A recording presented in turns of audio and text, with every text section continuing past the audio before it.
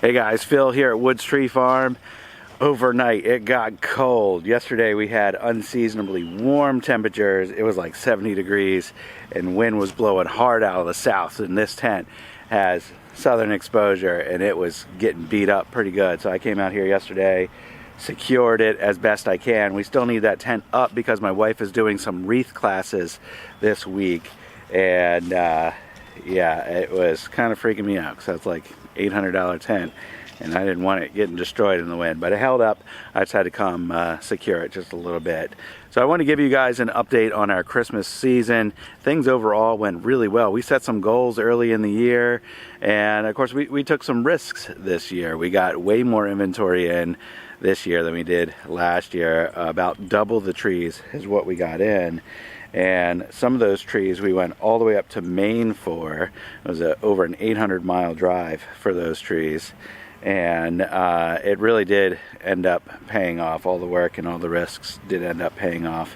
So I want to give you kind of a summary of where we're at, some things that we did differently, a couple things that we learned, and you know, maybe one or two little goals that we missed out on that we're going to look to improve on in future years.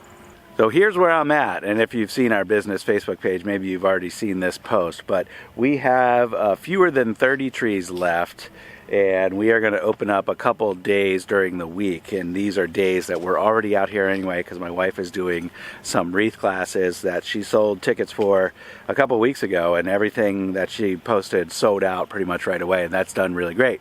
So anyway, there's a couple trees. The wind kind of knocked some of the trees on display over. I need to pick everything back up, and we're just going to stage trees around this hay wagon, and I've got a pallet rack down the hill that we can stage some trees on, and that'll be everything. Everything will be out. Like I said, there's fewer than 30 trees left after just 2 selling weekends. Actually kind of 3, because we did sell deposits. We started taking deposits for trees back in October, and those deposits were for early tree pickup. What I'm calling early is before Thanksgiving, and we had 3 pickup dates available before Thanksgiving, and so that was kind of the first selling weekend, was before Thanksgiving, and then we had the 3-day weekend after Thanksgiving that we got hit really hard, and then we had this past weekend, which was the first weekend in December, and we got hit really hard, and that brings us to where we are now, with fewer than 30 trees left. So as far as our setup goes and our process flow, everything kind of worked the way that we wanted it to. A customer would select their tree. Sometimes they would pull it themselves to the processing area, which I'll show you in a second. Sometimes they would flag one of us down to help. But here is the one thing that's new to us this year that worked out really well. We started using these 2-part tags, which you can see has got a serial number on each part, and the customer would tear off the lower part and keep that and bring that lower part to pay. And because we had these 2-part tags, we didn't have any issues with getting trees mixed up, which last year there were a couple of issues. During our busier times, we would take a tree through processing area, and then, you know, that tree would become detached from its customer, and there were times where we had a little bit of difficulty last year getting the tree matched back up to the customer. So anyway, the 2-part tag is pretty foolproof, and that also allowed us to really focus on one area that we put a lot of energy into, and that is encouraging people to come out here and have a memorable experience. So we could tell the customer, this tag matches up with your tree. Go down to the fire pit, get some hot chocolate, get some cider, take some photos, enjoy yourselves, and we'll have your tree ready up here when you're ready to go. And we could easily match that tag back up to the right tree with the right customer and send them on their way. Back here behind the tent is where we had the processing area, so customers would bring their trees, or we would bring their trees for them from out there, past where my truck is, up this way, and it's a little bit of an uphill up here, and then the customers could enter the tent from the back, go shop for some merchandise, pay for their tree, and we could shake it, cut it, bale it, and all of that back here. And that worked out pretty good. I think the only thing as we get bigger, I'm probably going to try to put this in a more central area rather than dragging all of the trees up to the top of the hill. I think that's about the only thing that I would change about the processing area. But all in all, this flow worked pretty well. We had our biggest, heaviest trees lined up along this fence here, which was nice since they're big and they're heavy. We didn't have to take them very far to be processed right here. So that worked pretty good. And inside our merchandise tent here, now not everything is set up because we started to convert this over into the Wreath class area, but this display rack that I built worked out pretty good. I actually wish it was twice as big because we have found, and we've been told in the past, the more wreaths you have on display, the more you will sell. This year we definitely sold more than we sold last year, which shouldn't be a surprise. We had twice as many customers coming through, twice as many trees to sell. So anyway, we had way more wreaths on display than we had last year. I did build, as kind of a last minute thing, a second little display rack to get more wreaths out on display. But you can see this rack here holds, I don't know, 10 or so on each side, 10 or 12 on each side. So we're only able to have, 18 to 24 wreaths on this rack at a time. But I'll show you what I threw together really quick one morning before we opened. This little pallet here, just lean two pallets against each other, braced them together.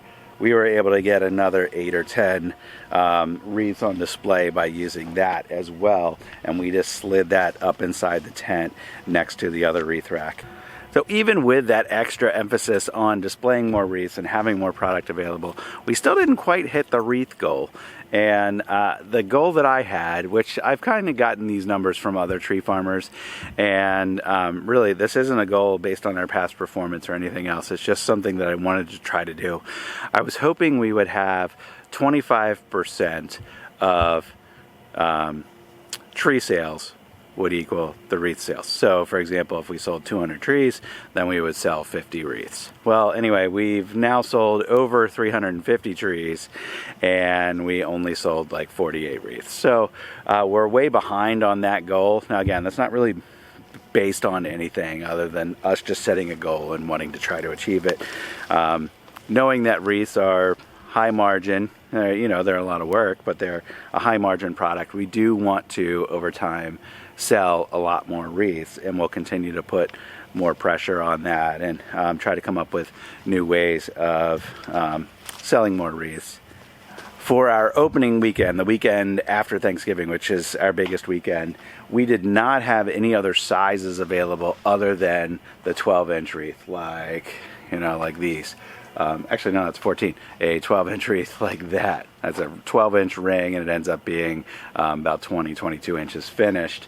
So we only had the one size our opening weekend. We got a hold of some 18-inch rings and some 14-inch rings and had more variety for our second weekend, and we did end up selling quite a few of those additional sizes. So I think if we had more variety our opening weekend, we probably could have done better.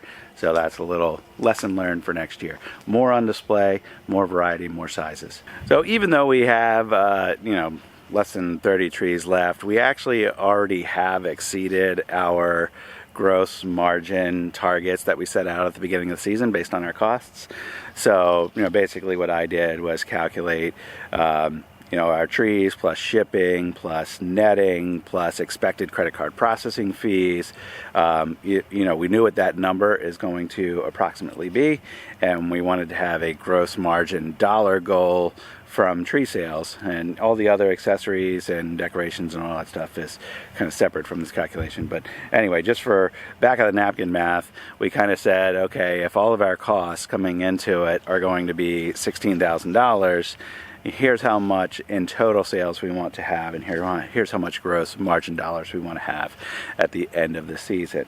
And one of the ways that we were able to achieve that is by coming up with a slightly more complex pricing scale than what we've done before. We did price trees based on every half foot, and that really helped us kind of squeeze a few more dollars out of the slightly bigger trees within the price range. When we got trees from the grower, all 6 to 7 foot trees were priced the same, all 7 to 8 foot trees were priced the same, and we ended up padding the margin a little bit for trees that were 6.5 to 7 versus those that were 6 to 6.5. So anyway, that kind of adds up over hundreds of trees, and I think that is one of the reasons why we have already exceeded our gross margin target. The other reason is that the trees that we got from Maine were actually really aggressively priced for their size. Now the conditions varied widely, and there were some trees that we had to heavily discount. There were some of those Maine trees, some of those trees from Maine, that I did not sell at all, and some that just got converted into wreaths, and all of that is fine because the average price of those trees kind of worked out in a way that we could sell the best trees for a really high margin, and then obviously there were some trees that we didn't make any money on, and it all kind of worked out and still netted out to be a really aggressive margin. All in all, we're really pleased with how everything went this year. We're already thinking about how we can go bigger and better for next year. I don't know what that'll look like, and of course getting trees will probably be a challenge again next year like it was this year, but we'll start working at it early in the new year to try to secure us some trees, and that's just what I think we got to do. So thanks for watching. If you got questions about our season or how we ran things or anything like that, obviously you can leave those in the comments and I'll share what I can. And until next time, hope you have a good one. I'll see you on the next video. Bye-bye.